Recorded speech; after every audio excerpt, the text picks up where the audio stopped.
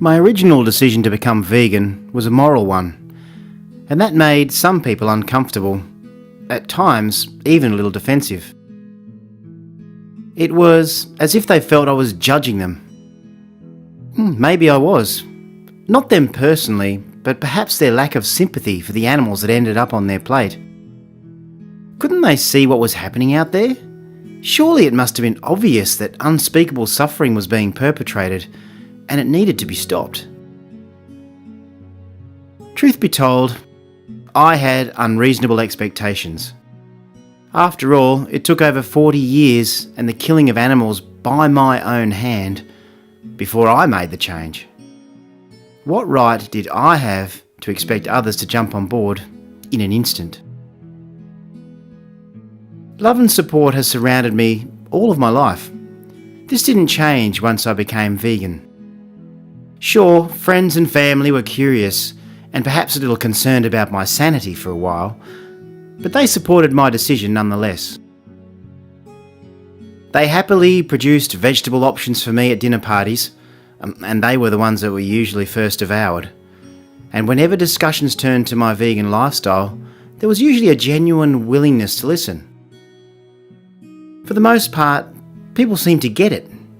After all, they too had witnessed the graphic footage of animals suffering and thought it abhorrent.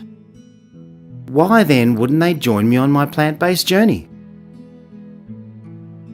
It could be that we are creatures of habit and pride. We humans don't like big change, and we certainly don't like being wrong. So we compartmentalise. We construct our own custom reality bubble, inside which we feel comfortable, justified, and insulated from inconvenient realities. This echo chamber allows us to convince ourselves that we're doing all we can. Every day I see the overwhelming love that people have for animals. Our four-legged friends are often the most indulged members of the family. The very thought of our fur babies being put through any kind of duress is unthinkable. This love of animals often extends beyond the front gate. Perhaps at a local park where a family with young children watch on in delight as a mother duck waddles by, her fuzzy brood of chicks trailing close behind. This wondrous little parade may have even brought the nearby street to a standstill, with cars stopping to provide safe passage across. Everywhere I look, there is evidence of humanity's love for animals. The problem is, it is conditional love based on human desires and convenience. If someone had grabbed that mother duck by the legs and slit her throat, the reaction from onlookers would have been one of horror. A fair response given the extreme act of cruelty just performed, and in front of children. Such actions are a criminal offence and could possibly bring heavy fines or even a jail term. This is where the disconnect lies. Billions of animals die in equally appalling ways every single day. These lives are snuffed out behind closed doors, far away from our collective gaze. Not only do we see this as unremarkable, we actually pay companies to do it on our behalf. A transaction done at arm's length to ensure our contrived reality is preserved. It has become clear to me that the limits of our kind-heartedness extend only so far. There is a boundary that most are afraid to look beyond, where a stark and dreadful reality must be witnessed. I only hope that humanity eventually reaches this point and chooses compassion over convenience. I am saddened when someone eats meat in front of me. I feel grief, not only for the needless suffering and death of the animals served on their plate, but also for the labour force languishing in the darkened corners of the animal agriculture industry.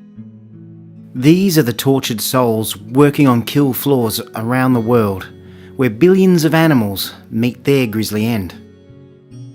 Often poorly paid and vulnerable, it falls to these employees to undertake the mass killings that an insatiable society demands. As a result of enduring this oppressive environment, workers often suffer from depression, and many have been diagnosed with post-traumatic stress disorder, or PTSD.